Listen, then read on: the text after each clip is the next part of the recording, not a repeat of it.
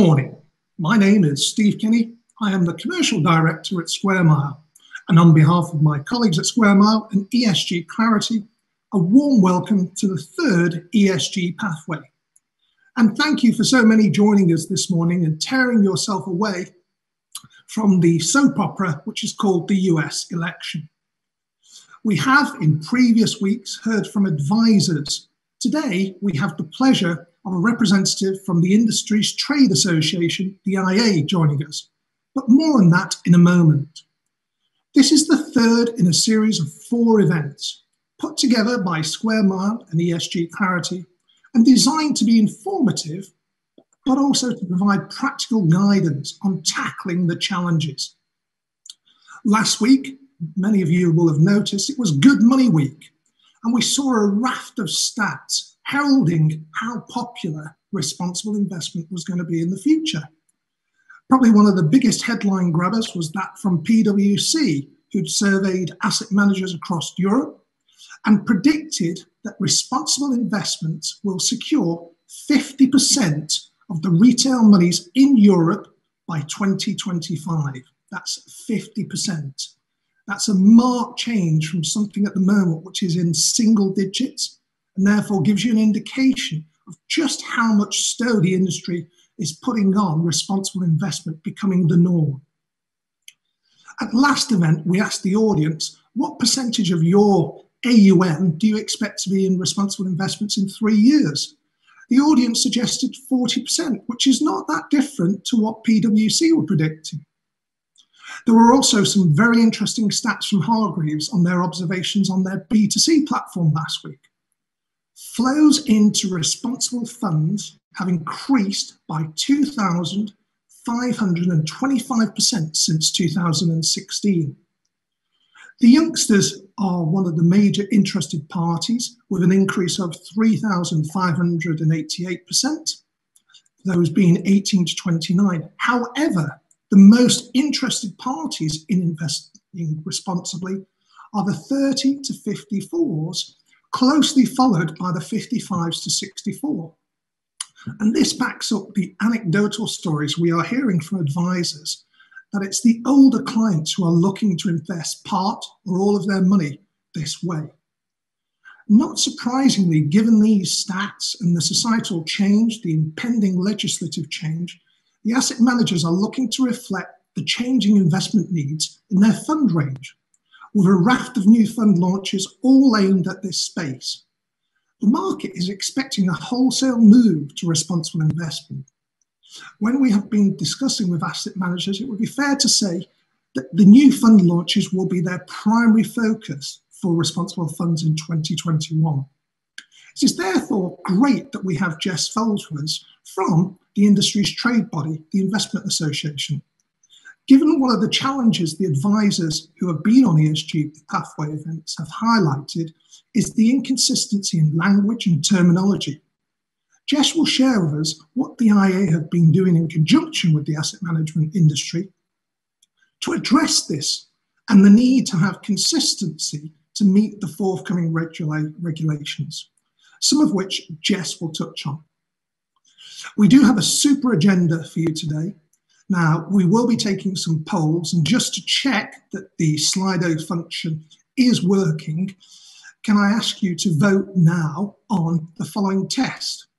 How many lockdowns after the one that starts tomorrow in England do you expect going forward? 1, 2, or if you're and Farage, who cares?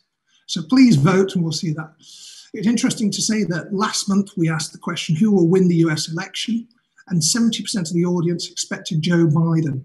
That looks to be a lot closer than we all expected then.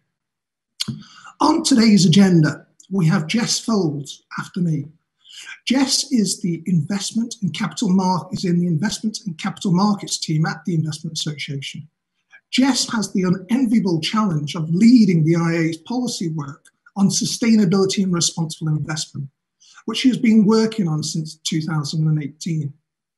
In 2019, she published the IA Responsible Investment Framework, And if you haven't seen that already, please do visit our website. We have a copy of it available. It's an extremely useful document in terms of encouraging the industry to adopt a standardized communication. Following Jess's short presentation, we'll be opening it up to questions and answers, and I would encourage you to take the opportunity to ask Jess questions.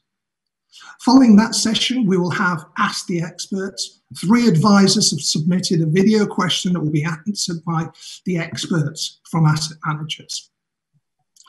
Following that, we will have the platform perspective. And I'm delighted to say we have a pre-recording from Danny Wynn, Head of Strategy, Growth and Proposition at Fidelity Funds Network, on how that platform will deal with the challenge of providing advisors with information on responsible investing.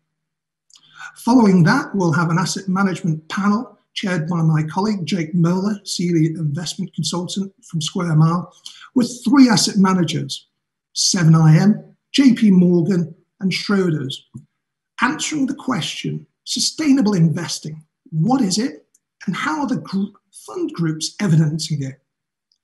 Finally, we'll have a wrap-up session talking about the key points from today's session. Housekeeping. Today's event is being recorded. You will all be on mute, but please do take the opportunity to submit feedback and questions via Slido. The event does qualify for CPD. We would welcome your feedback today during the course of the event and post. The ultimate aim is to make these as beneficial as possible. The polls today will be designed to gain your feedback on the key sessions we're talking about. I'd like to say a couple of quick thank yous to our 12 sponsors, 6 of which you are hearing from today: 7IM, Aberdeen Standard, Invesco, Janus Henderson, JP Morgan, and Schroders. The other 6 who you'll hear from in the next events are Aegon Asset Management, AXA IM, BNY Mellon, Federated Hermes, Jupiter, and Elgin.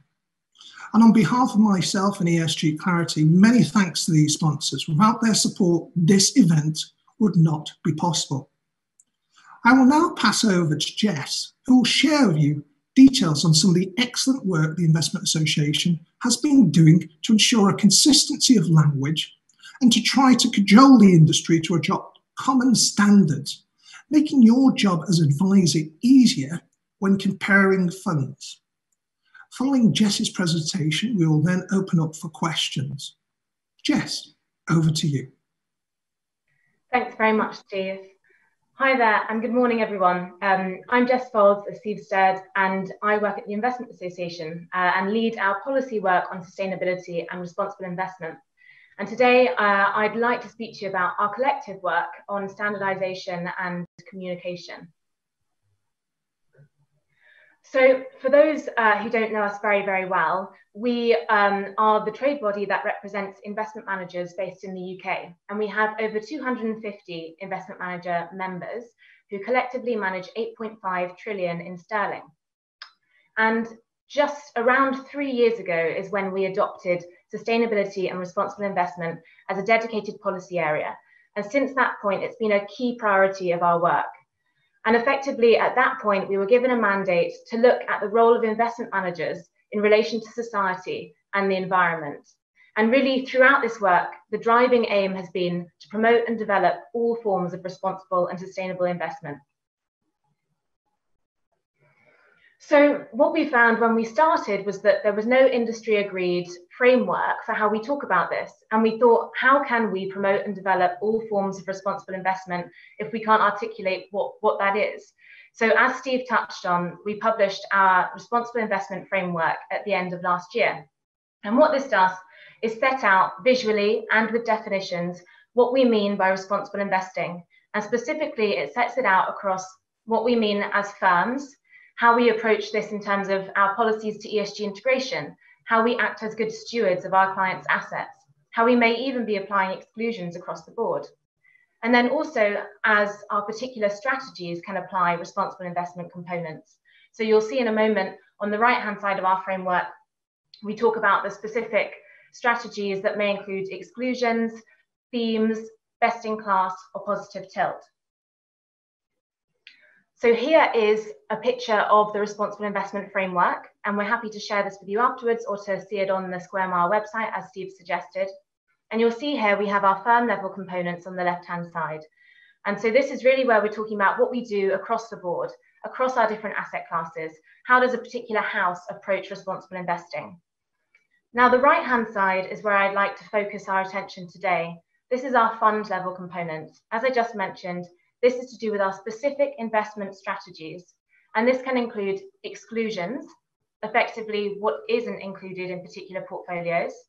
On the furthest right, you can see impact investing. This is where we're looking to generate a positive impact alongside generating a financial return. In the center is a little bit more of a catch-all group. This is what we're referring to as sustainability focus. But you may have heard these more often referred to as sustainability themed or positive tilt or best in class. And this is all to do with how you're choosing particular investments to go into your portfolios based on sustainability criteria. Now, you'll also see at the fund level, we also have stewardship and ESG integration represented. Now, this is because whilst we may have policies as firms, how this is applied in practice would differ from fund to fund, strategy to strategy. And this is what we wanted to see reflected in the framework. Now, I suppose to date, what we've done is to be able to clarify and explain in a consistent way what we do as fund managers at a fairly high level. And that had been, culminated in the framework at the end of last year. But this year, we've really been focusing on how we genuinely communicate this at fund level. What does this mean in our products? The products that you would be selling, that you'll be dealing with. How do we genuinely communicate this in a meaningful way? Now, effectively, at the start of this year, we began our proactive industry work on communication at fund level. And effectively, this is about being able to communicate clearly and consistently to retail investors what's in their product, what is this product seeking to achieve, and how does it have particular sustainability credentials. Now, our proactive work has two key streams. On the one hand side, we have our best practice guidance. Now, this is really looking at fund documentation, the prospectus, the KID, etc., and how do we show physically through these documents what these particular products are doing. Now, this builds on the IA framework. As you'll see here, I've cut the fund level components. So it really builds on what we've already agreed and also other existing guidance that we have on communicating at fund level more generally. How do we speak clearly? Nice, simple language, not using jargon, making it as clear as possible to investors. So really it draws together these key themes and these key principles and brings out this best practice guidance for communicating at fund level. Alongside this, we're also developing an IA fund label. Now, this will complement the work in terms of fund disclosures, but I suppose what it is that's different is it's a shortcut. So we're seeking to create a label where you can say, okay, if this product has this IA fund label, we know it's hit such and such criteria. We know it clears this particular bar. So that's what we're working on alongside the best practice guidance. And this has taken us through this year. Both of these are not yet published, and we will be looking to publish into the next year. So I suppose one of the key things, though, that has interacted with our best practice work and our own proactive industry work is the raft of regulatory and policy change that I'm sure many of you are coming across that has really intensified this year. So effectively, I suppose we're talking about the EU Sustainable Finance Package and the rules that have followed this. And then similarly, at the same time, we also have UK looking at what it wants to be doing. And we can look at different UK government departments, the regulator, to really understand where they're focusing their attention. Now, throughout both the EU's work and also the UK work, really we have two key priorities that we're working towards as an association with our members. The first of these is to be able to continue to offer the full range of sustainable and responsible investment products that are so important to meet your investors' broad range of different needs and goals. Secondly, we really want to ensure that the disclosures that are made through fund documentation are genuinely helpful. So one of the key challenges we found is that the desire to create things that are consistent so that therefore they're comparable might be at the expense of making them genuinely meaningful. And so we really need to achieve that balance between that consistency and genuinely meaningful disclosures.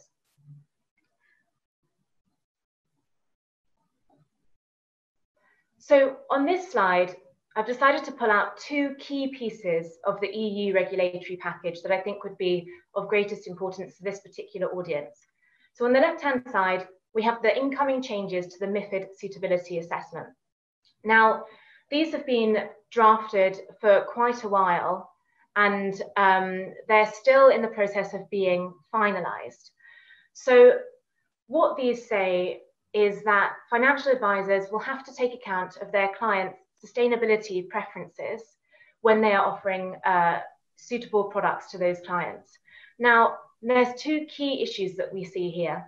Firstly, what does sustainability preferences actually mean? And will the way in which it's being drafted genuinely help all clients to be able to access the products that matter to them? Secondly, what does it mean to have, in practice, how do you make this decision? How do you actually engage with your clients to assess their particular objectives, their time horizon, their particular circumstances, and then tack on the end sustainability preferences? What does that mean in practice, and how can we genuinely deliver on our investors' goals and needs? The other piece that will be of particular importance, both directly and indirectly to this audience, is the new Sustainable Finance Disclosure Regulation. Now, there's going to be a number of new requirements, both on advisors and on fund manufacturers. And just to zero in on the advisor requirements for a moment, there will be requirements to disclose how you integrate sustainability risks into the advice that you're giving. And similarly, whether and if you do, how you consider adverse sustainability impacts into the advice that you're giving. And we've also seen in some of the proposed direction that's, again, still being considered, that this could well involve a very detailed report looking at how you use the information passed to you by product manufacturers around adverse impacts and how that impacts the advice that you're giving. So this could be really, this will be genuinely a sea change. You'll have to be significantly more transparent in how you're thinking about these things. And it's certainly a challenge that we look forward to working with you on to ensure that there's that consistency along the distribution chain. Moving to the next slide.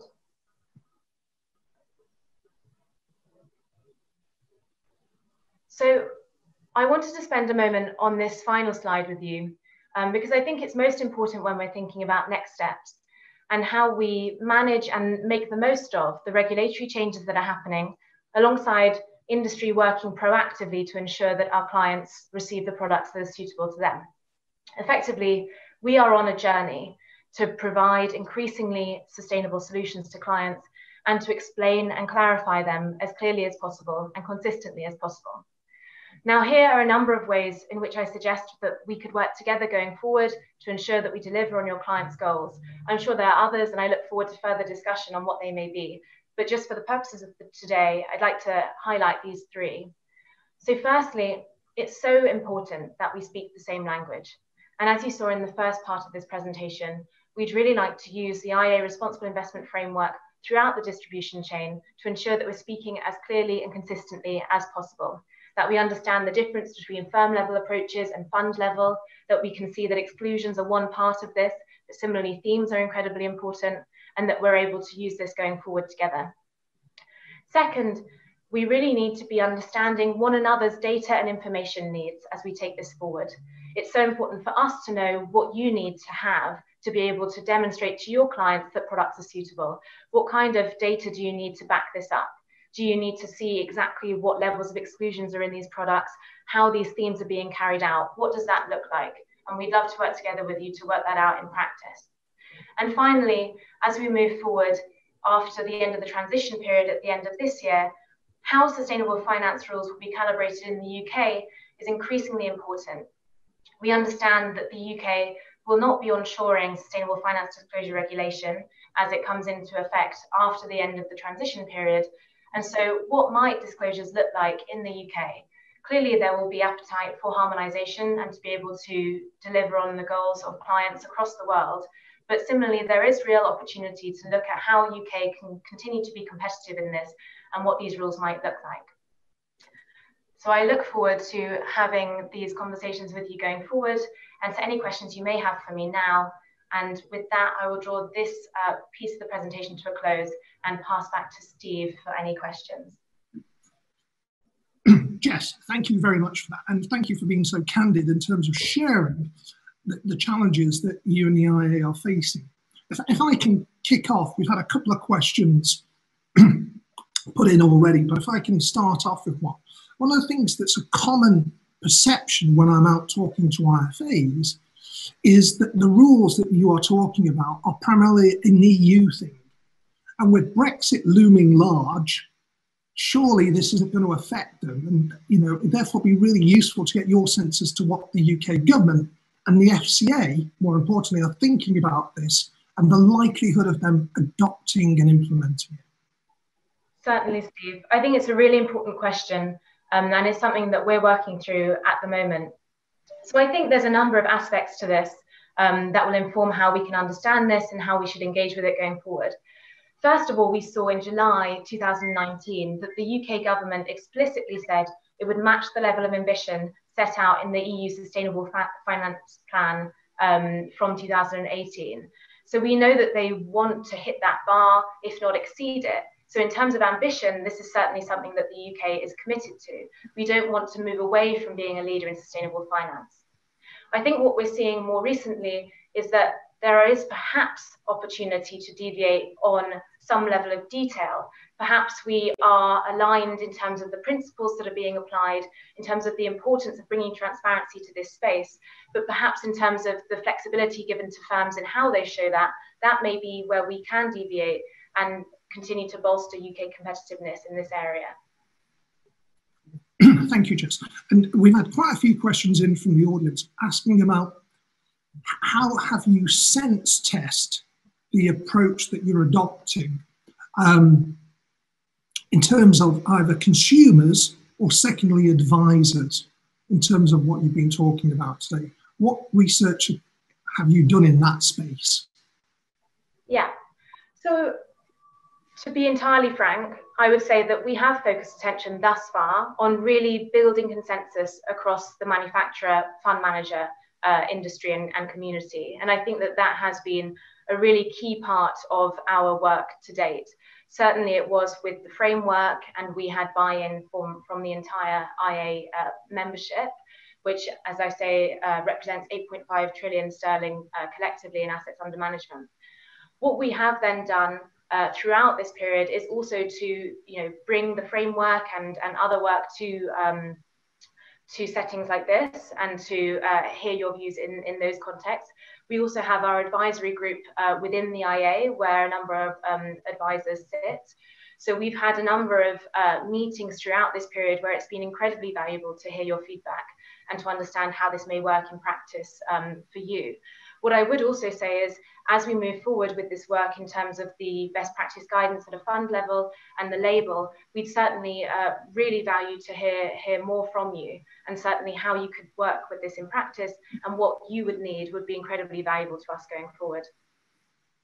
Cool. And just building on that, Jess, what is the best way for individuals to sort of funnel that feedback? How best are they to sort of give you a sense? Because I'm sure you don't want to have millions of emails coming in, but you definitely do want feedback. What is the best way to sort of give that? Certainly. I mean, if there are initial comments that people would like to feed to me, I would be very happy for my email to be shared, perhaps through you, Steve. If there are views that want to be shared, and perhaps if we hear that there is a real level of appetite to engage on this, maybe we do consider a larger roundtable or something along those lines to really understand your views on the line today. Right, no, thank you. Now, just one of the big things is in terms of the challenge that the industry faces is getting the consumer to understand sustainability. And has the group that you're part of talked about the sort of education process that they would see necessary? Because I think there's still, a lot of perception in the marketplace that ethical is the only form of this type of investing. Do you see the association sort of helping or cajoling the industry into moving along those lines? So I think it's incredibly important that we play our part in explaining I suppose we could say educating. I always worry with that word, is it a little patronizing, but it is important, because there is an asymmetry of information here. And so we do need to play our part in disseminating that and ensuring that we are making people aware of what's out there and how we structure these products and what is there that could suit them. I think it will be incredibly important. I suppose the key aspect of this for us will be for us to really look at where we're using jargon, break that down, look through our documentation, where is it unclear, where couldn't it be read by, our families, and break that down further. I think that will be a very important starting point. But as I say, going forward as well, there will be more intense communication with consumers and how that can make sense. I think also our responsible investment work sits alongside work we've already done in terms of consumer-facing understanding. So first of all, we have our large piece of consumer work, which looks at attitudes towards investment management, certain tropes or themes that may be helpful for engaging end investors. So that already exists, and we'll certainly be drawing from that. I also mentioned we have our fund communication guidance, which was an extensive piece of consumer research with the Wisdom Council, which looked at fund documentation more broadly. So it didn't zero in on the responsible investment aspects, but it looked at how we can engage more clearly. And this really looked at jargon busting, concise information delivery. How can we go about this in a way which isn't scary, which really involves us looking in on ourselves? What are these products really about, and how do we say it really very, very clearly? Cool. Thank you, Jess. I would like to do the sort of second poll. And the second poll is, what descriptor do your clients most relate to when discussing responsible, sustainable, impact, ethical investing? 4 choices: ESG, ethical exclusion, responsible, or sustainable. Please indicate. And for those of you that are interested, the sort of key view for the first poll about how many more lockdowns do we foresee after this one, the consensus was just under 50% believe that we'll enjoy another one. So let's hope they're wrong. So just moving on, and I think that answer will be really interesting, Jess, to sort of take that forward. Certainly. The IA label that you talked about, and I know you said it's in development, but how do you see that in practice? Do you see that being almost like a kite mark, or is it more a generic indication that the fund is, I don't know, an impact or an exclusion? How do you see that sort of taking form? I mean, that is the silver bullet question. So we are still working on it intensively. And I suppose one of the aspects has been we've needed to see where the regulations are landing to know, what's the sort of baseline of what a product would need to be doing, irrespective of it being, particularly sustainable, but actually with sustainable finance disclosure regulation coming out and with an increasing expectation that funds would be disclosing how they manage adverse impacts, etc. Suddenly, the bar is higher as a baseline. So I think we've been working alongside seeing these regulations develop to even understand what that might involve. So that's sort of the level that the label could sit at. But we've also been having extensive conversations, throughout this year on where does it sit? Is it sort of within the IA sector's framework, whereby it's another asset class? I think that's where this began. In fact, it all really began with looking at, should there be a social impact sector? That was where it began. Then that moved into, okay, well, is it really only social impact that we want to be flagging? Actually, in the first instance, isn't there an appetite for broader sustainability to be flagged?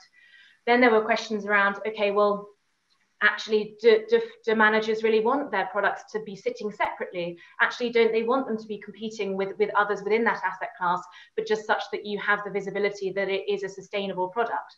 So then it moved from a separate sector to perhaps maybe this is a flag or a kite mark, as you say, Steve, that sits across. I think increasingly that is looking to be more likely, because again, we spoke at the very beginning around how this is growing, how this is becoming the norm. I don't think we want to be having it quite so separate as a sort of separate sector, and that's where sort of current thinking is. I think then there's a further question around, should this be a best practice bar that firms need to hit and then they get the label?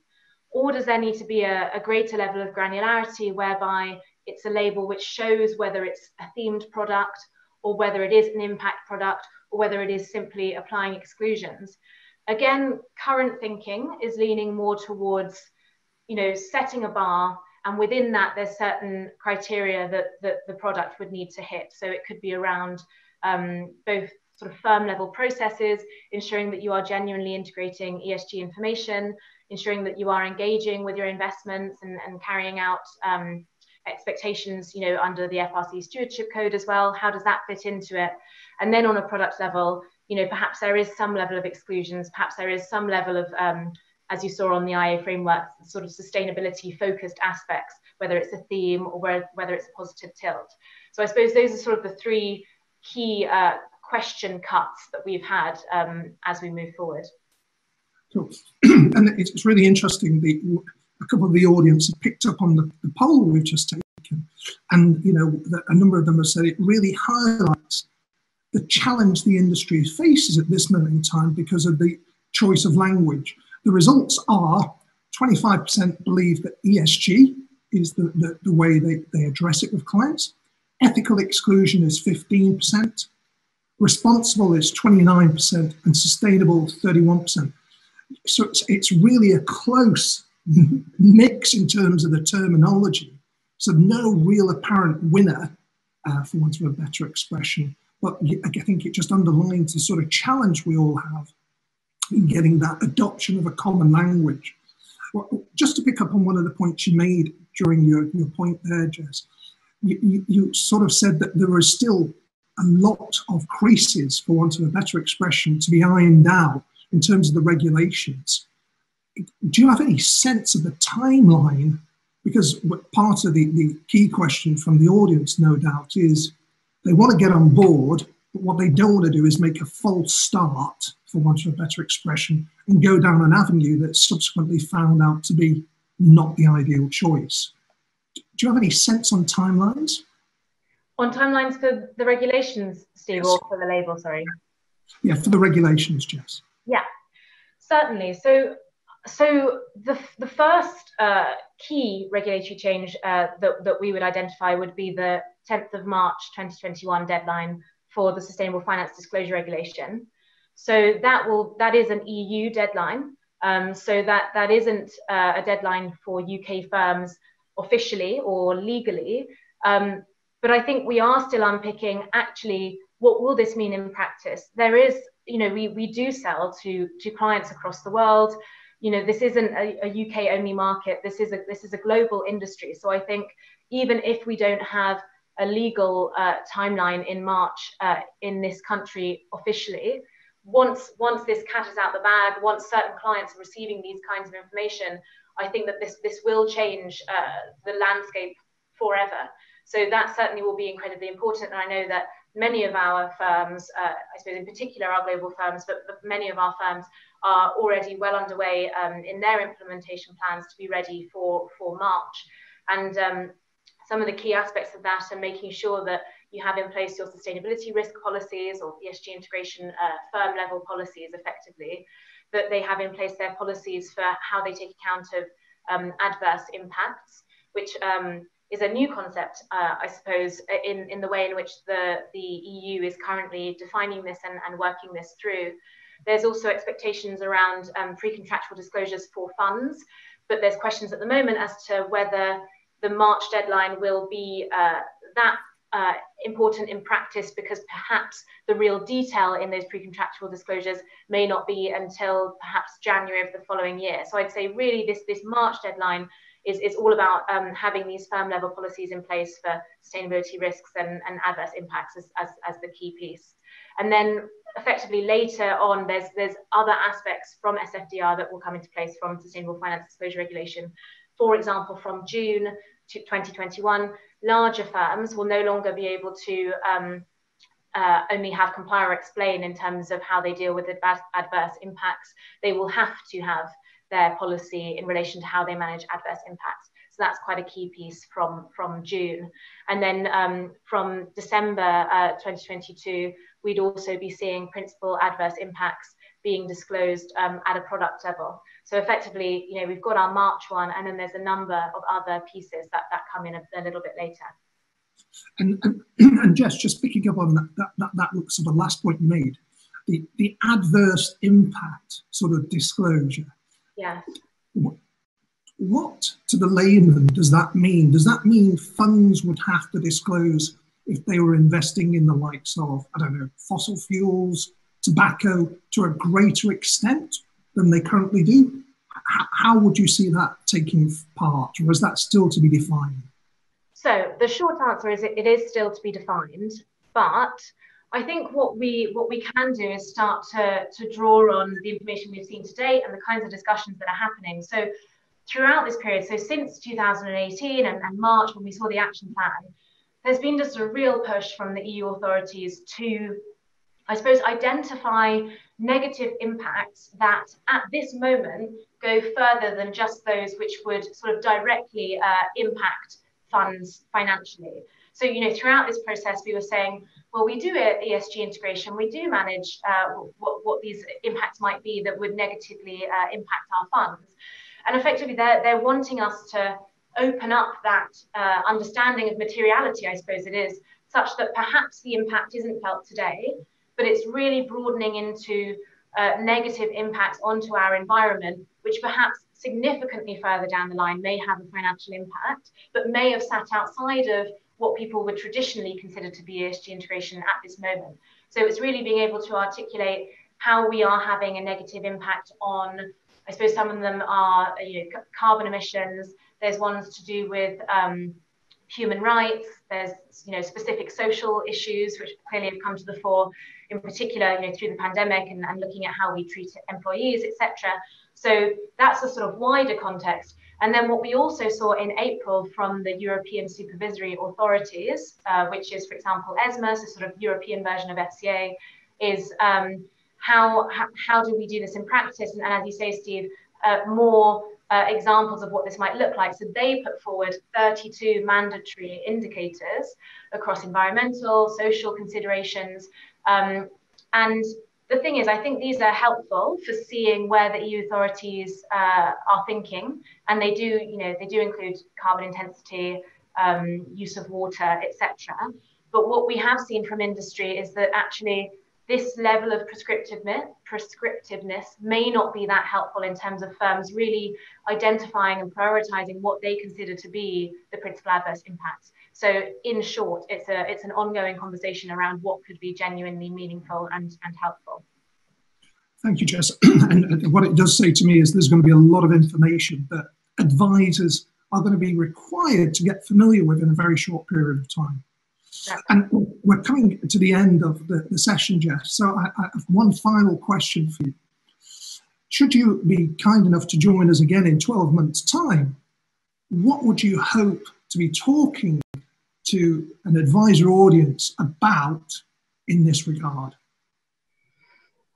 So I think in 12 months' time, just thinking where we should sort of be in terms of the timeline by then. And I suppose one of the key aspects, as I mentioned, the suitability assessment changes. So as I say, we're still waiting for the final text on these, but it is expected to be imminent. And then it should be about a year after that they would be applying from. So I suppose in 12 months' time, we'd be just about getting ready for the suitability assessment changes. So I think at that point, it would be great to be speaking to this audience, perhaps also hearing from you in turn around how you propose to be speaking about different products, how you propose to be interpreting these changes, and how you'd be gathering the sustainability preferences of your clients. Really, by that point, us breaking down what these different products are, and then on the back of that, you know, to my point in terms of the data and information, what would you feel that you needed to be able to deliver that, to speak with confidence and to offer a particular product to a client that you understand to fulfill their suitability sustainability preferences, and to be able to say to us what you would need from us. I think that would be incredibly helpful and incredibly important to be able to deliver on retail investors' goals. Jess, thank you very much. That has been an excellent session, certainly looking at the sort of questions that we've had from the audience. I do appreciate you taking time out to join us. And I also understand that this is still significant work in progress, but you have helped us in terms of understanding how the industry is trying to tackle this, and also reminding us of the need to try and get the adoption of a common language so that we, the consumers, the asset managers, are all talking as one. So thank you very much for your time, Jess. I will now pass on to the session, Ask the Experts. Hi, I'm Adam Lewis. My question is, given the ongoing noise around greenwashing and company misrepresentation, how can the industry refocus the narrative onto the positive impacts of sustainable investing? That's a great question. Thank you for that. I think the investment industry really needs to be much clearer with clients with exactly how their funds are approaching ESG, and providing information at the strategy level regarding their approach to ESG and sustainable investing is very important. And there's no room for miscommunication to clients, so they know exactly what they're getting. This also really applies to the companies that we're investing in. And this is, information that we're relaying to clients needs to be clear from them. And that's something that we're continuously engaging with them on. And from there, the industry can be much clearer with what the difference is between investment strategies that are focused on positive upside of sustainability. There's a large investment universe as well now for investors to find positive sustainable investment opportunities. For example, companies that are focused on making sure their supply chain is audited incredibly well, or companies that are focusing on transitioning away from various different energy use to have a positive impact on the climate, and even companies that are very socially aware of diversity. So I think the key positive impact really of sustainable investing is that by factoring in ESG risks into investment processes, it's really a tool for us to try and achieve better risk-adjusted returns for clients. And that's what we should continue to focus on. My question to the panel is really, there are so many different definitions and areas of sustainable investing in the marketplace that sometimes it's quite difficult to get across what sustainable investing is to a client in a concise way. Could you perhaps outline 3 key features or definitions of the sustainable investing market that we could perhaps use when explaining what sustainable investing represents to our consumers? Thank you. It can be hard to differentiate different sustainable investment strategies. Terms such as SRI, ethical, ESG can be used interchangeably. We identify 3 categories of responsible investor and offer targeted solutions to meet these investors' preferences. The first is the values investor. These are clients with particular ethical or religious views who do not want to invest in certain types of businesses. Typically, ethical portfolios will screen out certain business activities which do not meet the investor's preferences, such as tobacco companies, weapons manufacturers, and companies that test their products on animals. It is important that providers have a robust ethical policy and strong oversight in order to ensure the portfolios meet the strict requirements. The second investor is the sustainable investor.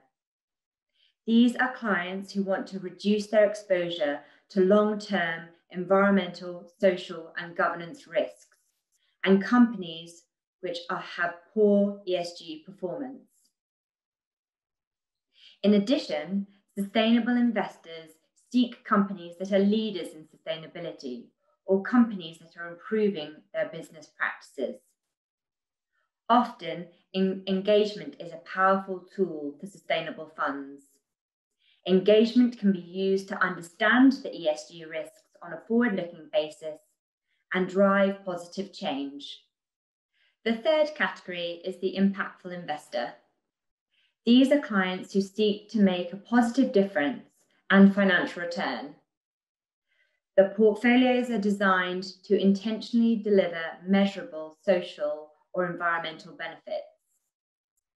An important aspect of impact investing is reporting on the positive impact.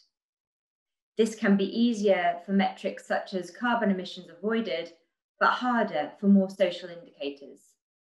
My question would be, given the fact that the third world countries, emerging markets, have naturally had a lack of funding, access to finance, and have regardless been able to have sustainable developments, innovations that are doing really well, how likely are we to see further investments in the emerging markets in these sustainable and friendly strategies? Thank you. So emerging markets absolutely has been a challenging sector from an ESG perspective for a variety of reasons, but rightly is seeing increasing inflows into the asset class. So in Europe and the UK, it's actually the third largest sector in terms of ESG product and solutions flows. Which is very encouraging. So in the UK, for example, 1.5 billion flowed into the asset class, ESG emerging market funds in between 2019 and 2020, and we expect that trend to continue. I will say from our perspective in terms of the emerging markets, we're certainly seeing an increased focus and increased engagement. And for example, with companies, so sovereign issuers, and clearly also with corporate issuers. But on the sovereign side, what's been very interesting, for example, in terms of engagement in infrastructure and in investments in new technologies has actually been one of the ways we've seen you can have an impact. So one example has been Colombia, where we had seen a real need for increased infrastructure and 4G investments. And so we were able to partner with the Colombian government and not only provide guidance around structuring, but also encourage a deeper investor base and really be a partner to that company as it's trying to improve its infrastructure, which, even though you would say perhaps that's not a traditional ESG issue, the impact, the societal impact, as we know, particularly during the pandemic, of things like connectivity between communities, between cities, is incredibly important. And so that's a new way of thinking about sustainable impact in emerging markets. And thank you for that. Now, Jess was kind enough to say that should there be any comments or feedback from the audience, she would welcome that. And I will offer my email address as a means of getting that information to Jess, steve.kenny@squaremileresearch.com. If you haven't been able to take that down, it's on the website at Square Mile, and I will collate the feedback and pass it on to Jess. Now, one of the key areas that I drew from Jess's session was the challenge in terms of the information flow that the industry is going to be presenting to you, the advisor community.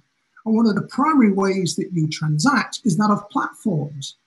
And therefore, it's really important to have some sense as how are they going to cope with the information flow. And I'm delighted to say today we have a pre-recording from Danny Wynn, Head of Strategy, Growth and Proposition, Fidelity Funds Network, who will provide a perspective on how Funds Network intend to deal with this challenge. Danny, over to you.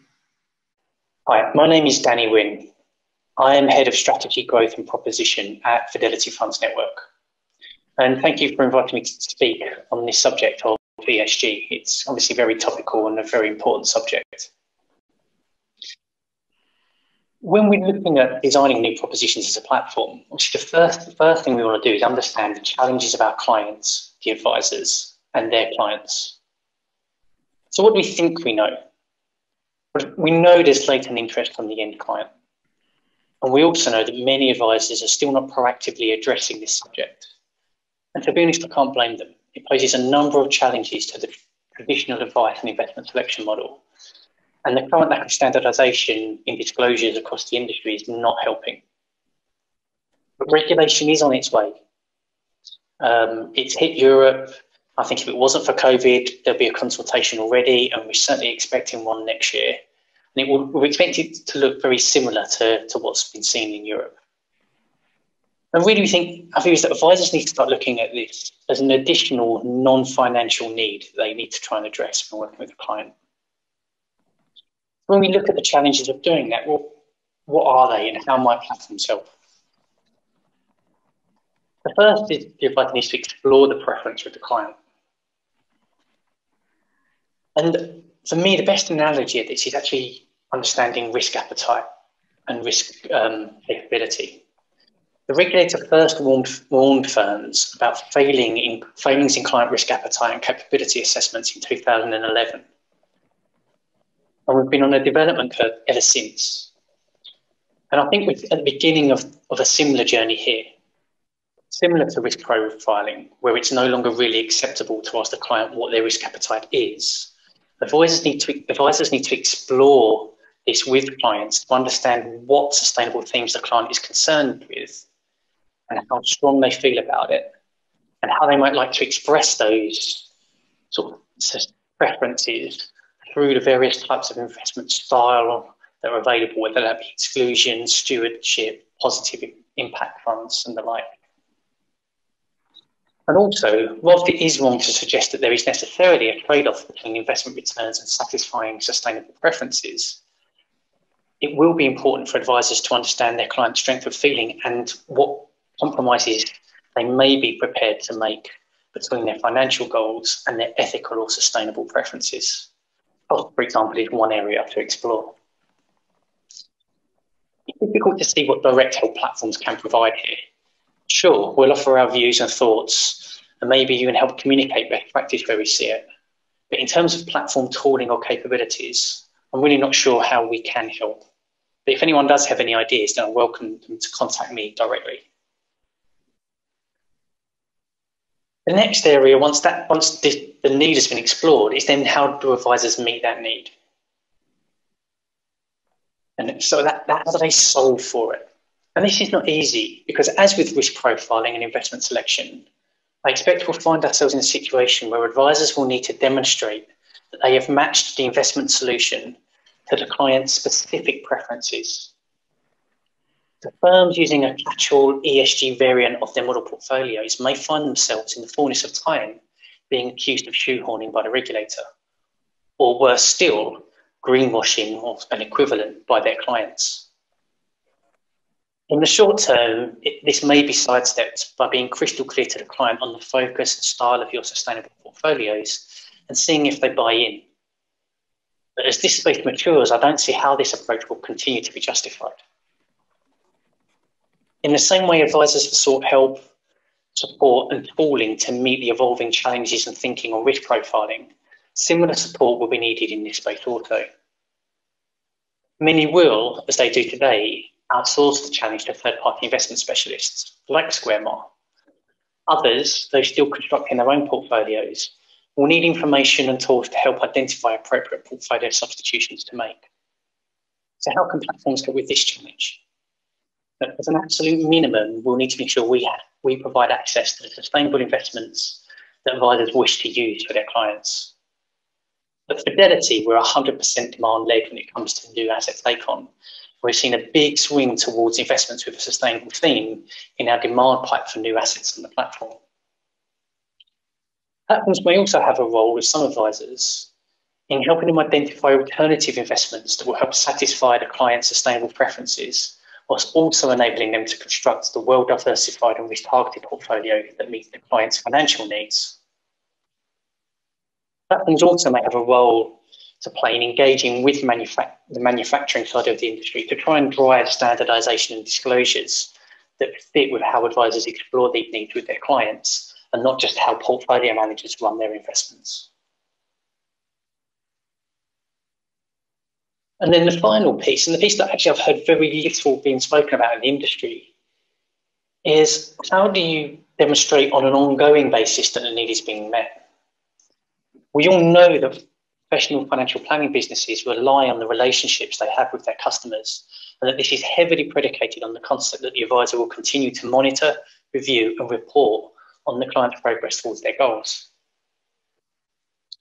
Most firms we work with spend considerable time preparing their client annual reports and then the review process, thereby demonstrating how they are meeting their clients' needs, ensuring they continue to stay on track, and quite frankly, earning their ongoing fees. But I say to date, few advisors we've spoken to have considered how they report and review their clients' sustainable or ethical investing preferences and how they are being met through the portfolio.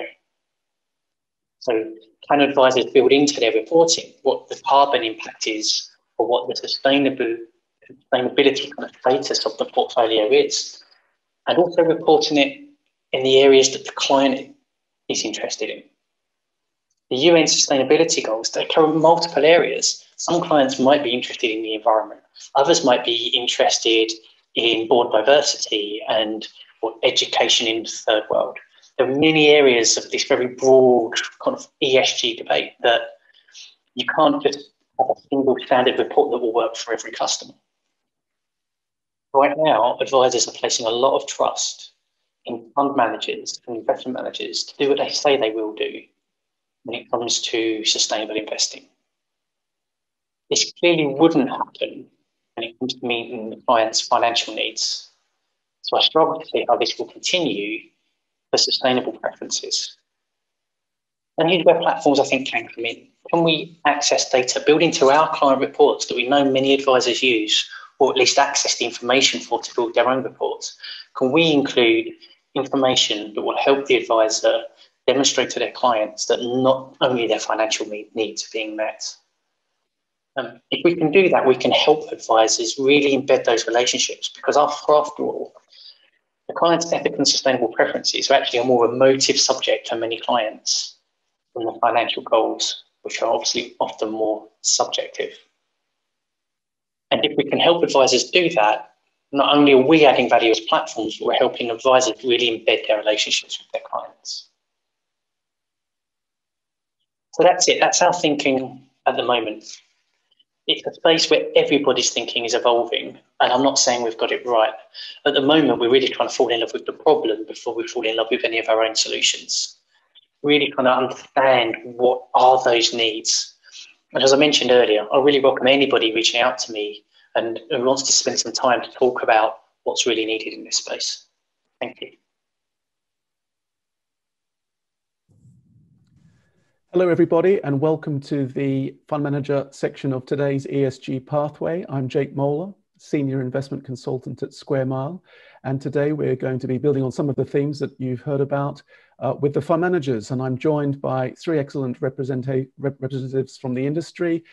We have Verona Kenny, who's the Managing Director for Intermediary at 7IM, Amit Mehta at JP Morgan, a portfolio manager there, and Hannah Simmons, Head of Sustainability Strategy at Schroders. Thank you all for joining us. And I would encourage you to fire off any questions as we go through this, and I'll try and get them to our panelists as well. And we will have a couple of polls for you to consider during this as well. If I can start, please, the first question, and I'll kick off with you, please, Verona. At the last ESG event, the poll results came through that 75% of the audience believed that ESG should be embedded in a firm's DNA.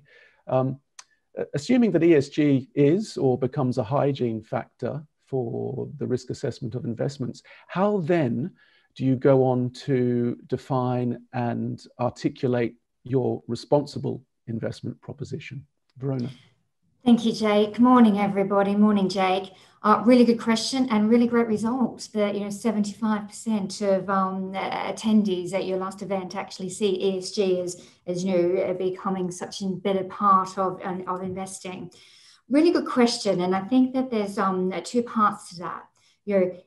ESG investing, responsible investing, whatever we want to call it, it's still about investing. And our view is very much it's, we've got an investment process, we're an asset manager. We're not going away from that investment process that we've been using and that's been embedded in our multi-asset funds for over the last 15, 16 years. We are still building and using our same process of a strategic asset allocation that's very diverse. But what we're doing when it becomes to the element on the responsible and ESG investing is, putting it simply, we're cutting out the bad and we're focusing on the good. Okay, so the investment process is very much the same, but then what we put in to our products is all about that. We actually have had a sustainable balance fund for over 13 years now. And that sustainable balance fund, as I said, same building blocks, exactly the same way that we run the multi-asset, other products that we have. But it is all about making sure that we're excluding those things that we think are bad. So hopefully that's a succinct answer to what could be a very big question there. Thanks, Verona. Great to have you join us, Amit, today. You've got an emerging markets remit, so perhaps you could answer the question within that context. Sure. Yeah. So good morning, Jake, and good morning, everybody.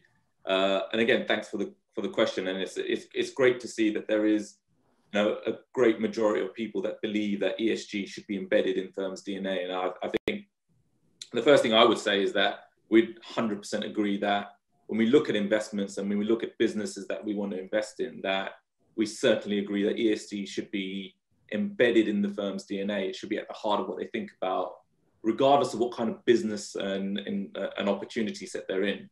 So for us as investors that have been working in emerging markets for most of our careers, I think the consideration of environmental, social governance issues has always been quite central to investing in the asset class. It's quite difficult, and I think most would agree that it's pretty difficult to take away the areas, particularly around governance, and that's been an area that's clearly been a big focus for most asset managers in emerging markets. Now that's, I would say in the last 2 or 3 years, there's been a much bigger evolution there and a tilt in focus from the traditional areas of things like governance or ownerships to things like labor practices and probably more recently to areas of carbon emissions, environment sensitivity.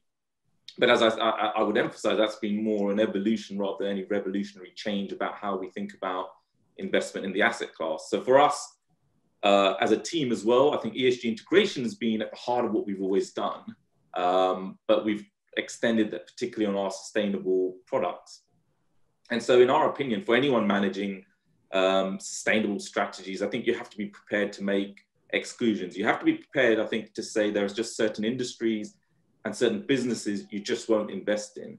But that also means you have to be prepared and for your investors to understand that you will look very different to the benchmark. And again, I don't think that's anything particularly novel. If you look at some of the sort of great investors, Buffett has always said that he looks at businesses' economic sustainability and his ability to predict that. And if he can't do that over a medium-term time horizon, then he just excludes that.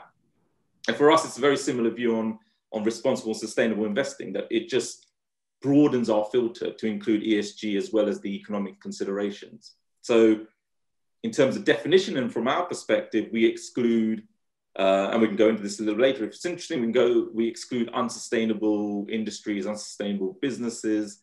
And in a sense, I think that's the easier part of the process. We then look to identify businesses that we think are already sustainable leaders or have a process or approach to get there over a pretty short period of time. And I think engagement is at the heart of what we try and do.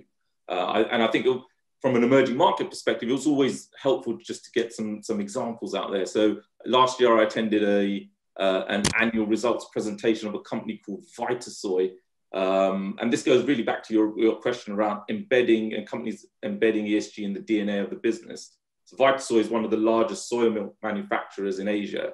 And I guess it was a very different annual results presentation for us. And what we took away was that they spent 5 minutes on going through the financial outcomes, and the rest of the 55 minutes of the presentation was their ESG journey, the prior targets, deliverables, new targets, etc. And for us, that's the kind of businesses that we're looking for, businesses that are not typical businesses that you would see on an ESG product, but actually it's at the heart of what they do. And I think that really comes through in areas that we look at, particularly on businesses that have it already embedded in there. Thanks, Amit. Hannah, how do you at Schroders go about articulating your responsible investment strategy? Jake, nice to have the opportunity to be speaking to you today. I wanted to pick up on something that both Verona and Amit talked about, which is that their approach is very much investment-led. And that's really at the heart of the way that Schroders approaches responsible investing. It has been part of our DNA for over 20 years. So this has been a journey that we started many years ago. And it was that original focus on corporate governance. Through time, that focus has shifted to the E and S part, so the environmental and societal part of ESG as well. And last year, we made a very important commitment, which was that by the end of this year, we would be 100% ESG integrated across every one of our assets at Schroders. And that is, in my view, the strongest way of recognizing that ESG considerations should sit alongside that traditional financial analysis when we make those investment decisions. So that's truly embedding sustainability into every one of our investment processes. As Amit described as well, ESG integration is the foundation that's embedded in everything that we do. And then beyond that, there's that journey that individual clients want to go on around sustainability and looking for some of those sustainable leaders. So for us, as we extend beyond ESG integration into sustainable investing, it is about finding those companies that are leading today. It's also about identifying those organizations that themselves want to go on a journey to make their business practices or to make their business products more sustainable as well. And by identifying those companies that are on that journey, we can engage with them as an active owner of the companies in which we invest to ensure that good outcome for the company and therefore for all of our clients. Thank you very much. Can I remind you all, please, to take, if you want to ask a question, you can shoot one in on the platform there. We're going to go to a poll now, one of two polls. The first poll is a question, simple question.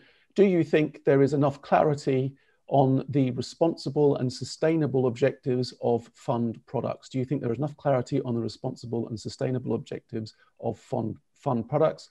Simple yes or no answer, but there is a third option. I don't consider responsible and sustainable objectives with my clients. So you have three options there, and we'll go through those a little bit later. If I can come back to you, Verona. Earlier, Jess Foles was saying that we should speak the same language, and indeed we had an Ask the Expert question as well on this. You know, there's a number of words that we use: ESG, responsible, sustainable impact, and a lot of these words are used interchangeably. What challenges have you had as representing a fund management group in articulating those particular differences and also formulating those into your value proposition? Yeah, I think that's a really good question because it is so subjective. As I mentioned, we've been running our fund for 13 years. And I will say, over those 13 years, the view of exactly what does the sustainable fund mean has changed dramatically. Now, what's really great is that we're having the right conversations. You know, I did listen in on what Jess was saying earlier, and it's all the right things that we should be doing. We need to have a set of terminology that we can all speak about and we can all adhere to. But what's really important, that the end client understands what we're talking about. Some of the terminology that I've seen, I'm just like, oh my goodness, we want to be talking about the good values of these funds and the good attributes, but if we can't even get the good terminology right, we've fallen over before we've even actually begun. So I think there is a challenge there, but I think that there's actually a really good result because we are all having the discussion now, and I think now more than ever it is becoming very, very clear about what ESG means and the way that can get measured and spoken about in the industry. We're not there yet, but we're definitely on that journey. And I think we're pretty far down that journey in terms of getting that terminology right. What we've tried to do, and we've just recently done some more documentation specifically around our current sustainable fund, and we're working on some model portfolios as well. We've been doing some road testing with advisors and with clients around the terminology and how we're putting things forward, and we've been getting some really good feedback. And that's what we always also find. Let's go ask the people that we want to engage with our products. So I think we're all on a bit of a curve here, but I think we're getting there. Thanks, Verona. Amit, just before I get you to answer there, the poll results have come in, and very, very interesting here. Only 17% of you think that there is sufficient clarity on fund management groups' responsible objectives. 80% don't, and there are 2% of you who don't even discuss it. So interesting that, and I know our sponsors today will be watching that poll result with some interest. Amit, if I could just get you to pick up on, Verona, how are you articulating things? Yeah, thanks, Jake. Hopefully I'm not going to muddy that water even more so that number gets close to the 100%. I think firstly I'd echo 100% what Verona said. It's been a journey, and the journey's far from over. I think for most asset managers, I think, and when I look at my particular asset class in emerging markets, as I said in the earlier question, the journey certainly started on one element of the ESG side, and I think for most asset managers in emerging markets, governance has been an area we've been focusing on. That journey has clearly over the last few years moved in a different direction, and again from our perspective in the right direction.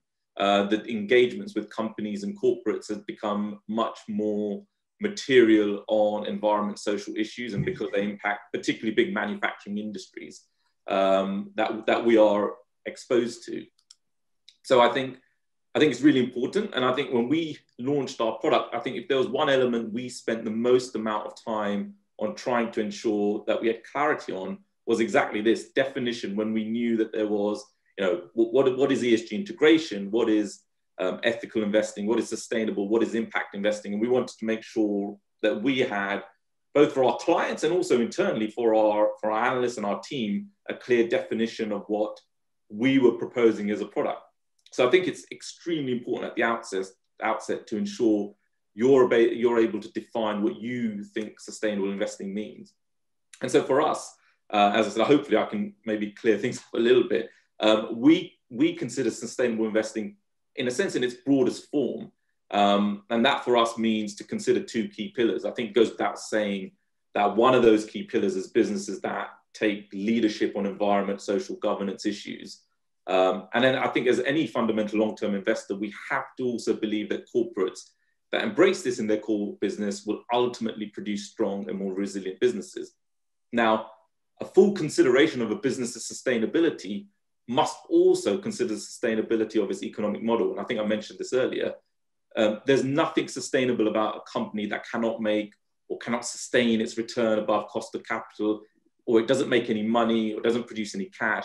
I mean, in our view, eventually such a business is unlikely to be a going concern. So we believe that actually the whole investment side and sustainability for us and for our businesses is a mindset and not something that is either an add-on or achieved by accident. So I think engagement has to be at the heart of what we do. And I think what the other area that we're being very clear on is that we're not just trying to invest in green companies. And I think naturally that's, I think, a challenge anyway in emerging markets. We're trying to avoid businesses that just fit an attractive theme today. So you don't see, I don't know, wind turbine manufacturers or solar farms in the portfolio, because in emerging markets, these businesses have been plagued with huge governance issues, or they just don't make attractive economic returns. What we are looking for is businesses that properly embrace the ESG issues in their business models and make attractive returns. And I think, as you suggested earlier, I think the definition side is just as important as the actual investments that we make.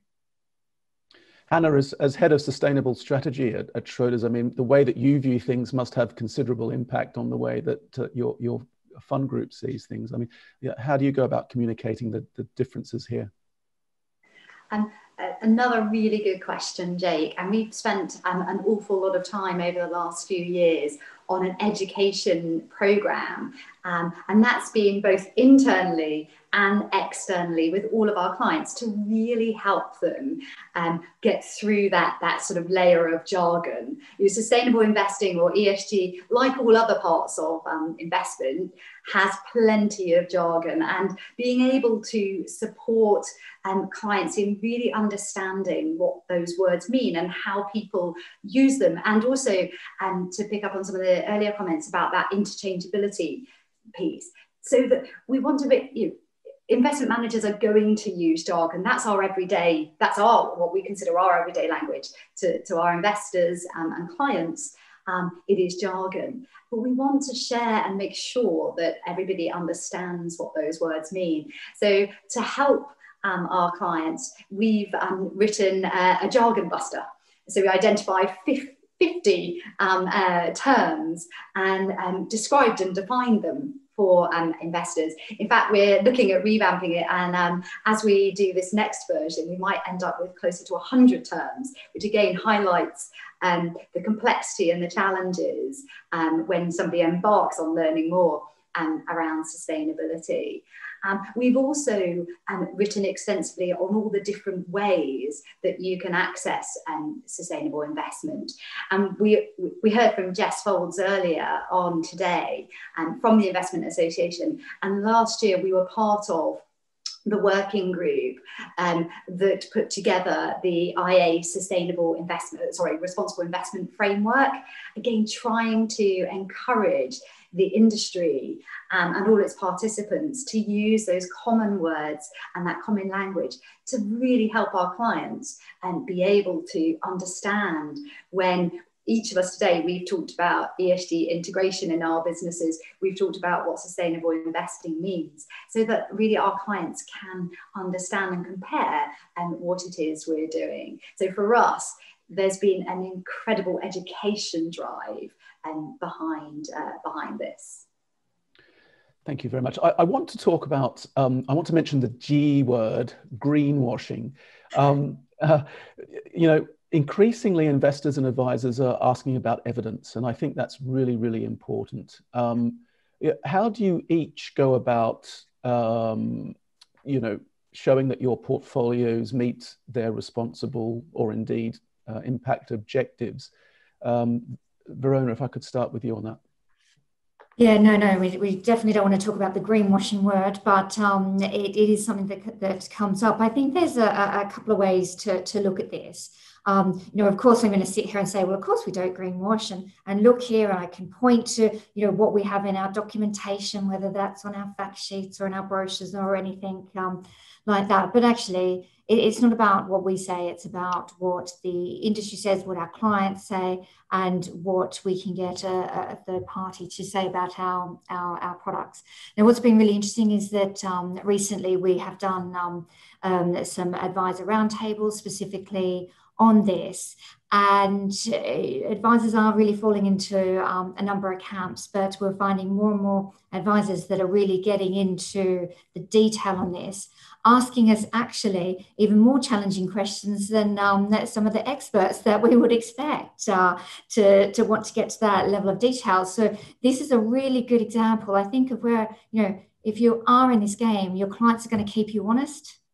And if you do greenwash, you'll get found out so quickly, and that will just be evident in take up of your products. So as much as we do want to have all the badges, and we are working with different firms such as your own, Jake, with 3D Investing on Square Mile side to review us as a corporate and review our products and give us those stamps and those ticks of approval that we want.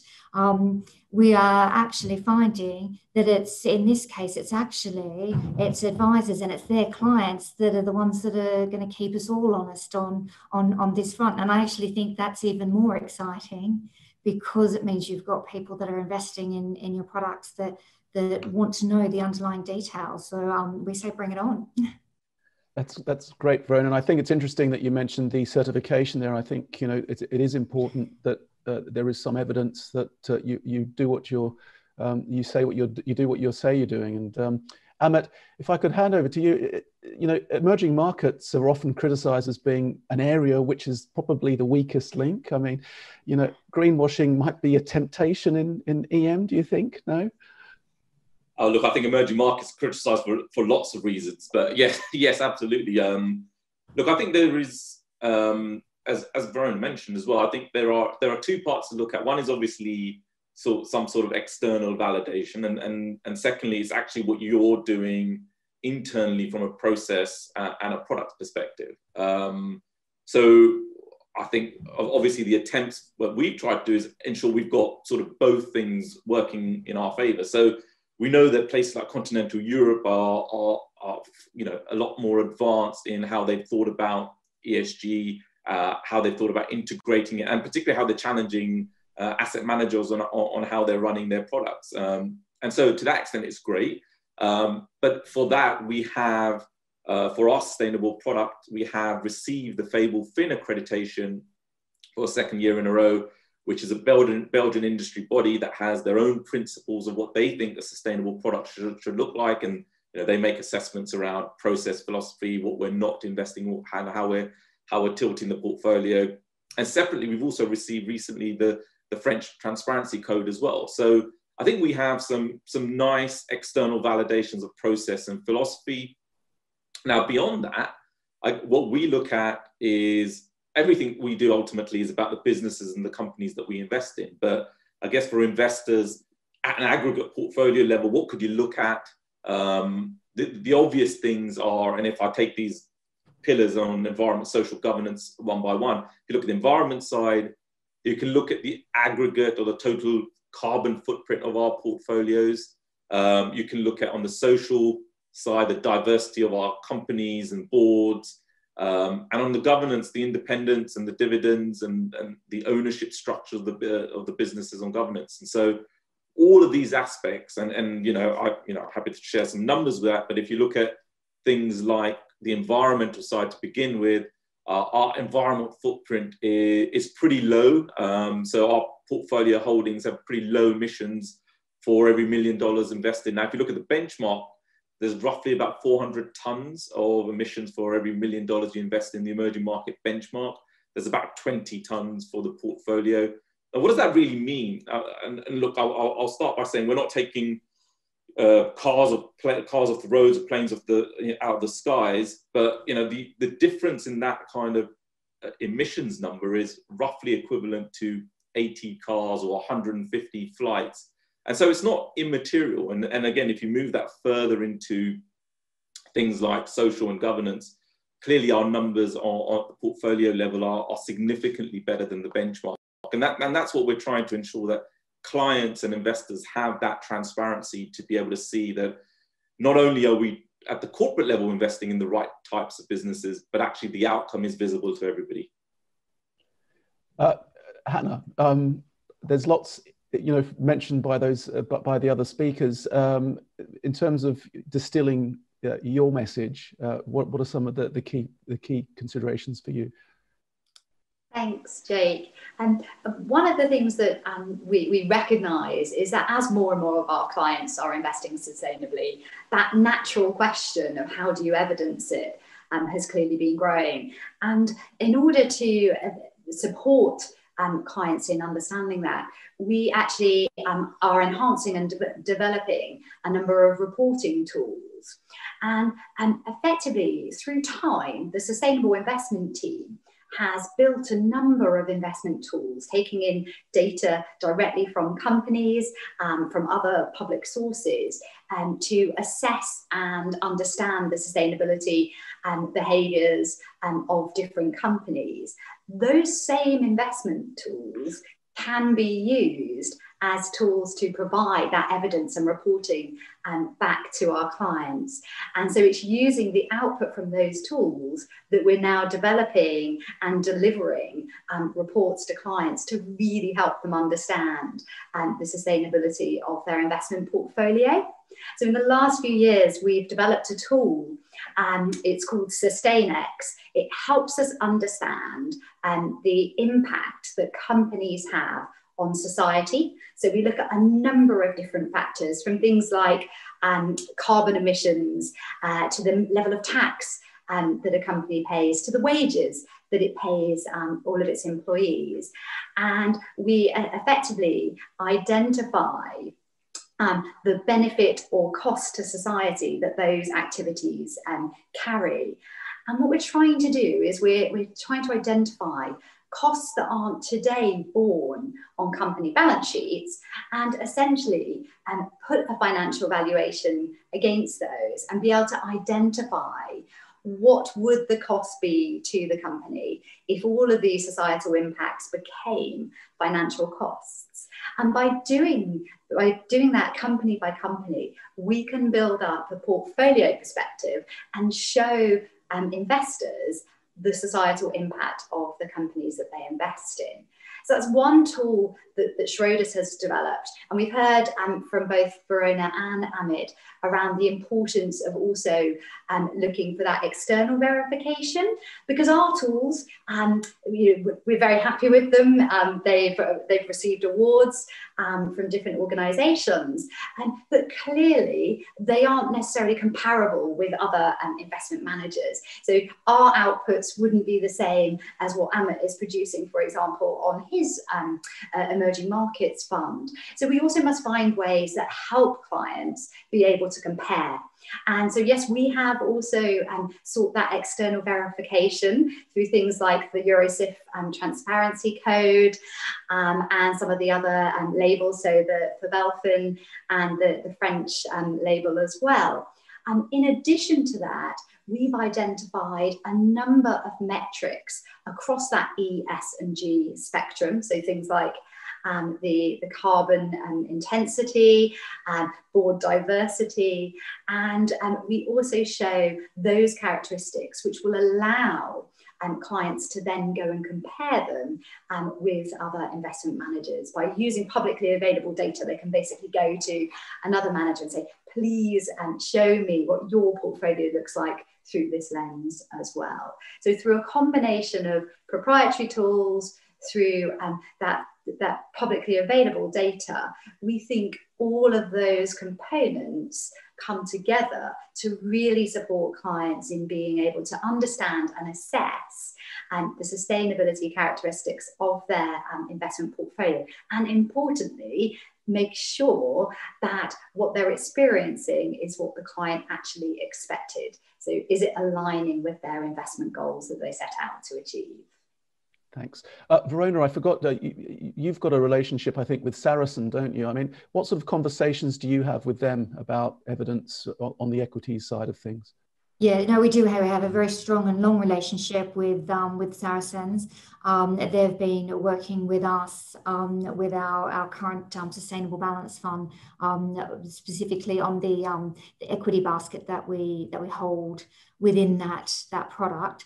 And it's fantastic to have an expert that we can go talk to, and that we can look at the data and have those conversations about the underlying investment companies, where they're strong on, and all of those points. So that gives us a place to go and sound check and get input and feedback on how we're investing.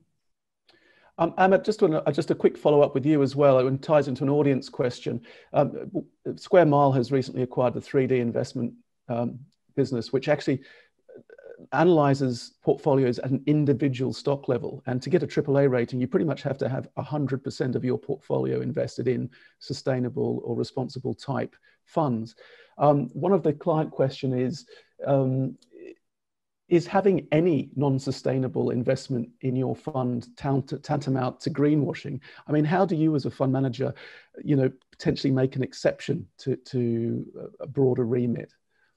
Yeah. Look, Jake, it's a great question, and I think it always goes back to when we talked about definition earlier, and how you define a sustainable investment, and also that in terms of businesses that are already there versus businesses that you think or you've got made a judgment that have the ability to get there, and there is a balance between how much you'd ever want there and how much confidence you have that a business can evolve.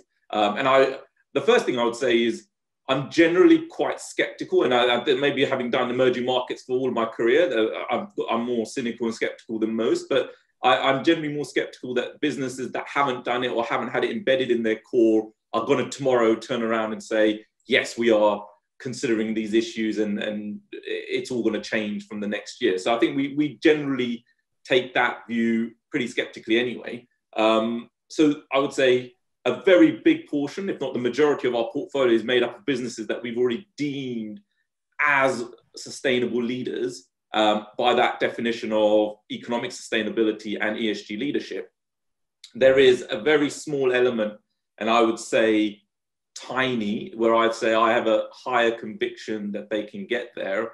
And I'm prepared to give them, and you have to only give them a short period of time to comply, because if I say it's a 10-year view, well, then actually I'm not really taking a particularly strong view in any direction. So I think it's an appropriate question. And I think we spend a lot of time trying to understand the balance, but the reality is, I think it's right to assume that if 90% of your portfolio is tilted to businesses that you think might get there, absolutely right. I think there is a risk of greenwashing, and I think your balance needs to be the other way around.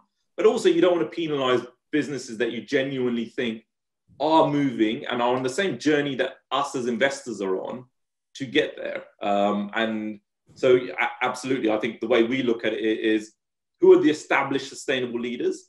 And then, is there businesses that we think that can get to where these businesses already over a relatively short period of time? So an oil and gas company can be okay if it's investing in wind farms, do you think? Now, again, I think from our perspective in emerging market, it's an easier question for me in emerging markets because there's no such company. And I think when we look at our exclusion framework, the exclusion framework means that businesses that are majority oil and gas based are naturally excluded for us. I'd love to find a business that does that. I think that the other challenge in emerging markets is that these are all, unlike the developed world, these businesses are still very state-owned. And so, the requirements and initiatives by regulators and states are very different when it's versus what's owned in the private sector. So yes, it's possible, but look, I don't have any oil and gas companies in my portfolio. I think emerging markets is much more challenged to do that. I think there are certainly opportunities and exceptions to that in the developed world. Okay, thanks. So I'll keep things moving along to the next question now. Verona, just back to you on that. I'd like to talk a little bit to each of you about the misconception potentially about performance, sacrificing performance or financial gains in order to pursue a responsible or sustainable agenda. I mean, what's the thinking there, Verona, at 7IM? Do you need to sacrifice performance to feel good and do good? That is absolutely a misconception, that you have to sacrifice performance to feel and do good. And, the thing that I can do is actually point to our fund that over the last 1, 3, 5, and 10 years has actually outperformed the IA sector that it is part of, which is the mixed investment sector 2060. Over that 5-year time period, that's returned 25%. Our sustainable balance fund has returned 39%. So that is a great example of actually you're not sacrificing anything. If anything, you're going to get better performance. And that's something that we absolutely fundamentally believe, is that it's not about sacrificing, it's about getting at even better performance. So when you add it all up, the question is, why wouldn't you invest this way? Hannah, if I could shoot over to you on that question. I was reading some of the literature. I mean, you've done a lot of work about Schroders funds during the COVID crisis. I mean, you know, a lot of funds did perform, responsible funds did sort of exhibit good performance since the COVID crisis. I mean, is that a misconception now that, you know, good companies perform better? Is that a Schroder view? I think I would start by echoing what Verona said, that we must dispel this myth. And interestingly, before I get into some of the research that we've done on our funds, I wanted to highlight some research that we have gathered by asking investors around the globe. So every year, Schroders undertakes 2 quite significant surveys, one with retail investors and one with institutional investors. And in the survey results that we've published this year, we published the retail results just over a month ago and the institutional results just a few days ago. Across all of those client types, you can see a growing number of clients and respondents saying that they no longer think that they have to give up that return when they invest sustainably. So I wanted to start there by highlighting that we are seeing already that sort of changing view from clients and investors around the globe. Now to look at some of the research that we've done, and Jake, you mentioned that we've looked and done some research on how sustainable investment companies have performed during the COVID crisis. We have a European sustainable equity fund, and what the investment team did was they looked at all of their highly rated companies in our universe of European companies to look at how they performed during the COVID crisis. And those highly rated companies actually outperformed compared to the MSCI benchmark for Europe. Now, interestingly, the other thing that we saw when we looked into the data is that the companies that we identified as laggards, so those with our lowest rating, actually underperformed the benchmark through that period. Now, we recognise that that's a relatively sort of short period of time. So looking sort of more broadly, if we look at all of the sustainable investment funds that we have at Schroders, and that's across equities, fixed income and multi-asset, they've all outperformed a traditional benchmark since inception. And the other data I'd highlight is some quite extensive research undertaken by Morgan Stanley, where they've actually looked at 11,000 investment funds that are available with sustainable investment objectives and goals. And they did some initial research looking at returns over a 14-year period to 2018. And whilst they didn't find statistical and significant evidence of outperformance, they did find that overall sustainable investment funds exhibited lower drawdowns, so lower risk during highly volatile periods.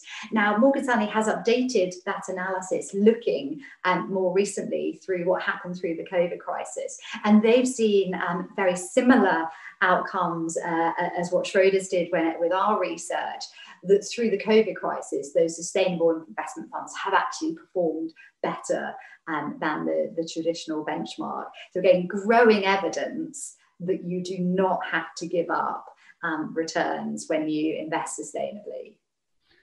Amit, as a stock picker, you know, do you go into your process with any confidence that when you're investing in emerging markets, a fund, an individual company that has a sustainable or responsible undercurrent will likely give you a more defensive characteristic, or is likely to be more resilient or better run, or have a better return on investment for you? Is that something you think about?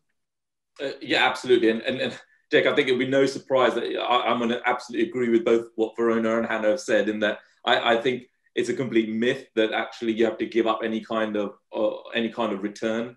And I think the interesting is, I think as for any asset manager, any stock picker, when you look at corporate quality, I think businesses that don't embrace the key issues around environment, social governance are and which are clearly big risks to your business. So if you're a big, I don't know, if you're a big IT services company where labor is clearly the biggest part of what drives the growth of your particular business, if you don't think about the welfare of your workforce, clearly that's going to be a headwind to your business. Similarly, if you a hugely cash generative business and you don't think about a sensible dividend policy, then clearly investors are going to put a lower return or expected valuation on that particular business. So absolutely, for us, and it goes back to the earlier question around, is this at the heart of what we and the businesses that we invest in think about? And if it's not, then obviously it makes it much more challenging for you to invest in those kind of businesses. So look, the first thing I would say, it's our view that pursuing sustainability does not require a company to accept any higher costs or lower revenues. Our interactions with corporates have reinforced this view that companies with well thought out initiatives on sustainability see a positive economic case for these projects. I think there was I can't remember how recently, but quite recently there was an FT article quoting sort of the Friedman case that the only responsibility of businesses was to improve and grow its profits. And I guess in our view, there is actually, and there's never been a conflict between the Friedman view that profit maximization should be the single focus for corporates. The focus of sustainability, and in our view, the consideration of sustainability will, over the long term, provide companies with stronger and more durable moats to their business. And this will in turn drive value for their shareholders, us, and as long as, and I'll say as long as the time horizons are aligned with the strategies of the companies. And so there's no point as investors continuing to ask companies about the next quarterly guidance if we're asking them to create a decade-long business. We're going to go to another poll now, and there are only two in this session, so this is the last poll from my session. In which asset class would you like to see more responsible and sustainable product? In which asset class would you like to see more responsible and sustainable product? The answer is equities, bonds, mixed asset, or alternative/structured. So for our fund manager sponsors today, I'm sure once again they'll be interested in your views on where you would like to see more responsible and sustainable products. Now, if I could follow up now with you, Verona. We've talked about greenwashing. We've talked about potentially a healthy skepticism on this. We've talked about performance, and I'm really pleased that all three of you had put to bed the myth that performance is not something that you have to sacrifice to invest. What about time horizons? Do you think there's anything structurally different from an investment time horizon that investors have to think about? Do they have to be more patient to be rewarded, or is it the same now as any other type of investment? Verona. Thanks, Jake. No, another relevant but pretty easy question. No difference whatsoever as far as we are concerned. We have the exact same time horizon that a client may invest for. We invest for the medium to long term, whether you're going into a sustainable solution or into a multi-asset solution or something else. So absolutely no difference in the time horizons that investors should be thinking. And Amit, emerging markets should already be a longer term investment, shouldn't they? So probably not such a major consideration for you. No, absolutely. And I think I touched on it in some of my comments previously, but I think for most investors that look at emerging markets, it's always been a long-term investment asset class. And the way we've approached our products has always been with a very long-term time horizon in mind. Our analysts are also making sort of forecasts and analysis over a 5 to 10 year period. So I think the longer your time horizon as an investor, the more the sustainability issues make a much bigger difference. And so, for us, we typically hold businesses for 5, 10 years, which is why, and in some cases, actually 20, 25 years, we've always considered sustainability at the core of the investment analysis. So the simple answer is no, absolutely not. I don't think there's any difference in your time horizon. It's all about finding the right businesses that have already thought about these issues. Hannah, investment returns might not be compromised. We don't need necessarily a longer time horizon. Are there any sort of risks at all associated with these types of investments from your perspective that we may not be considering? On the risk side, and before we go to risk, if I may just sort of confirm by nodding my head as both as Verona and Amit were speaking, I was nodding my head in agreement on that time horizon piece. And I linked into that, I think, is the nice segue into that risk point. And to pick up on what Amit said, that actually, as you look in the longer term, it is companies' ability to navigate and manage their way through what is a sort of fast-paced and changing environment. And again, I mean environment in the biggest sense. So how you're managing and understanding the new and emerging risks, again, whether they are environmental, societal, or governance risks, or financial risks, as we look over the long term, really being able to consider all of those components in your investment thesis, in your investment process, is critical in our view to being able to successfully run your business and deliver those long-term results for your investors. Thank you. Poll results are in. 24% of you want to see more equities products, 15% bonds, and the big winner here is mixed asset. So to the sponsors watching, 44% of listeners today and watchers want more mixed asset product. So off you go and create some more products for us. Right. I would like to talk about the passive and active side of things. Verona, if I can go back to you on this. You know, passive managers are often sort of sidetracked a little bit that responsible and sustainable investing seems to come under the remit of an active house or an active manager. Some people say that passive managers can be good stewards of capital, but might not be able to meet responsible targets unless they follow a specific benchmark. I mean, in terms of an active proposition, do you think that active fund managers really have an opportunity here to seize the agenda and the initiative, Verona? Oh, Jake, the old active-passive debate, it's never going to go away, is it? I love it. Okay, we could go down so many rabbit warrens when we talk about active versus passive investments and different styles. I'll just speak about it from our own view. You know, we're a multi-asset house here. We do fundamentally believe that there is a place for active and passive investing. When we're talking about sustainable investing, ESG investing, all of the good things that we've been covering off today, is there an opportunity for active managers to really demonstrate their strength here? Absolutely, without a doubt. But again, it shouldn't just be done for the sake of it. It should be, building on why we're doing this, looking at the outcomes, what we're trying to achieve, rather than just, continuing with the good old active passive debate. But is there an opportunity? Without a doubt. Amit, I was reading one of your stewardship reports. JP Morgan done some good work with Walmart in Mexico. Is this an opportunity for activists and for fund managers with an active tilt to seize the initiative?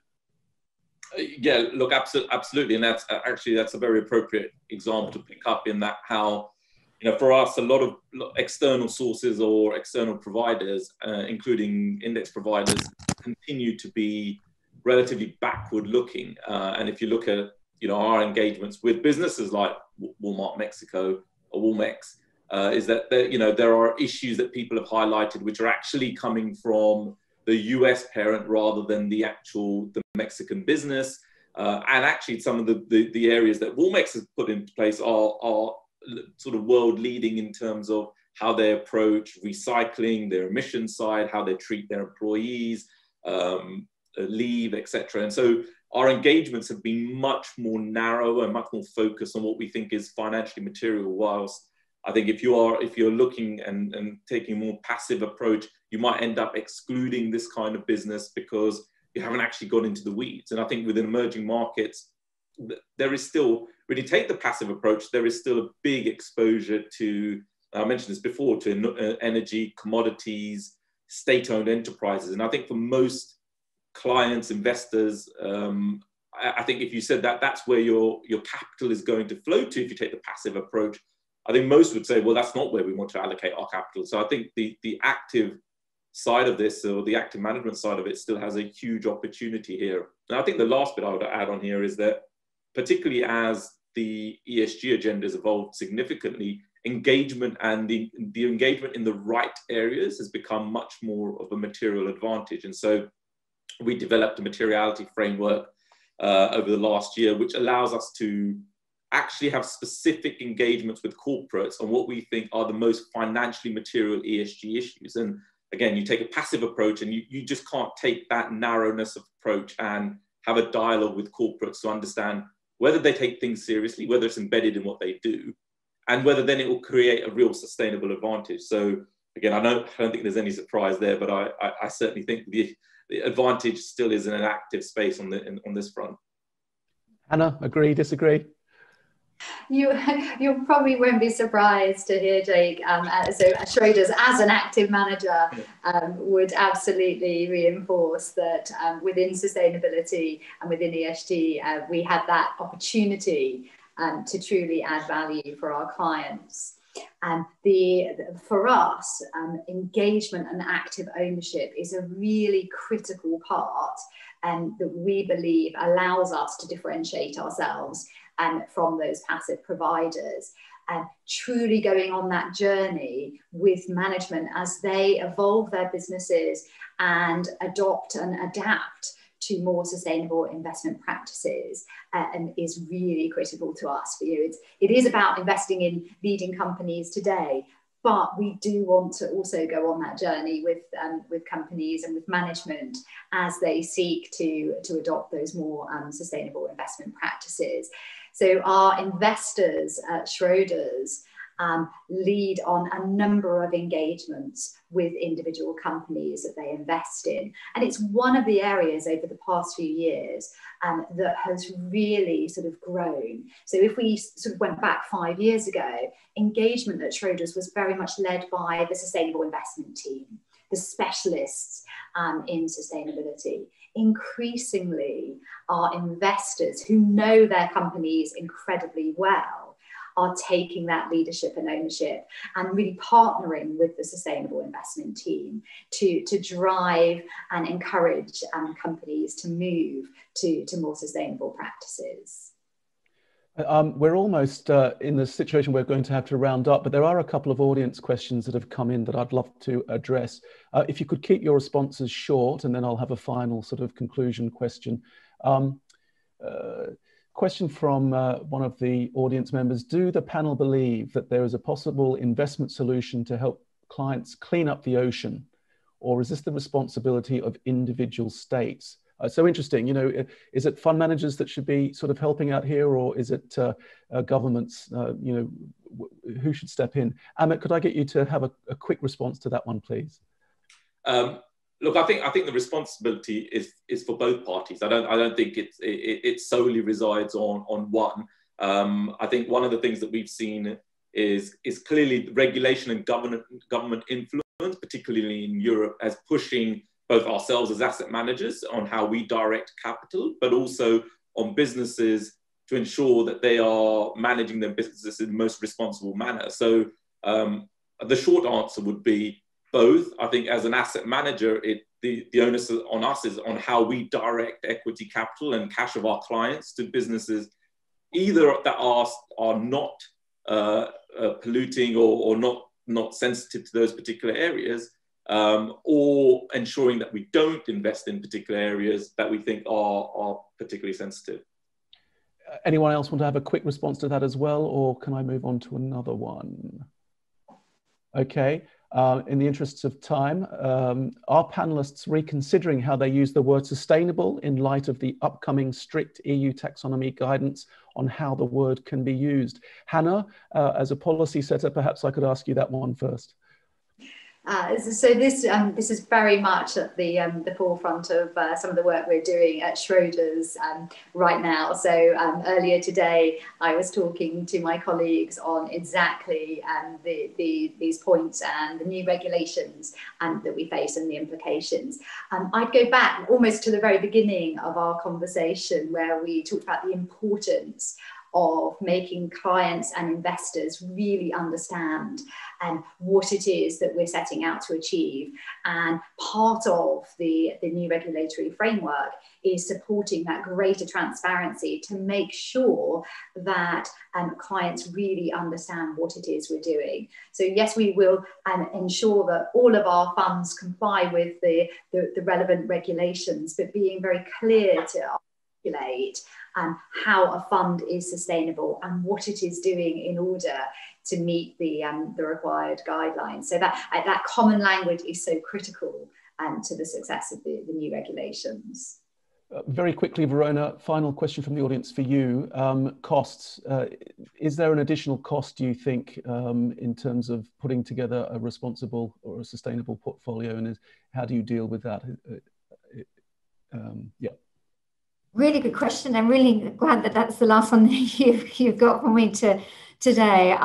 There's two sides of it. It's, what is it going to cost in terms of the total OCF of the investment strategy versus what's the internal cost that as a fund manager we have in terms of managing money in this way. So to start with the end costs for the end investor, we don't believe that this should come at a premium or anything like that in terms of the AMC. Just on Monday, actually, so it's a perfect question, we've just put the cost down of our Sustainable Balance Fund by 25 bips. So whenever we can, we always try to decrease the overall investment cost, which we've done there. When it comes to the underlying assets that sit within the fund, of course, we always want to try and get the cost down if we can, but in some cases here, this may not be the case, but we'll always make sure that regardless if it's this type of investing, we always want it to make sure that it's value for money. And it comes back to one of those terms that we're also very familiar with now, making sure that it is good value for money for the client, for what they're getting and what the fund's achieving for the end investor. Excellent. We are out of time, and I was hoping to have a quick conclusion comment from you each, but we have covered a lot of ground today, and we always undertake to keep everyone on time so they can get away. Thank you all very much. Some fantastic views, a really great session. Thank you, Verona Kenny, Managing Director for Intermediary at 7IM.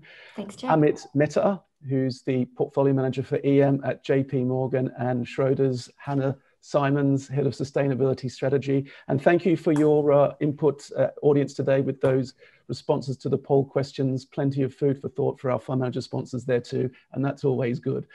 If I can hand over, please, now to Natasha Turner for concluding remarks. Great.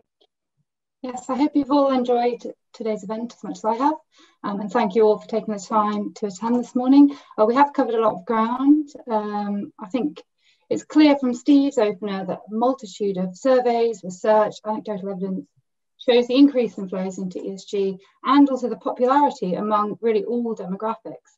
So as Jess showed, with a raft of new funds and regulation and so on, a robust framework really is going to be key. But growth in this area, as we've discussed, does bring challenges, including the ever-increasing list of terminology, which has come up a few times today, including in the Ask the Expert sessions.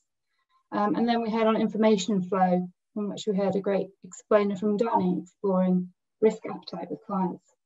I think it was interesting to see our poll results this morning to the question, what descriptors do your clients most relate to? Which showed a majority said responsible at 31%, but really that it was quite evenly split among terms. Again, going back to this idea of the clarity around the terminology. Then we just heard from the excellent panel about how investors are embedding ESG and engaging with companies on their ESG practices.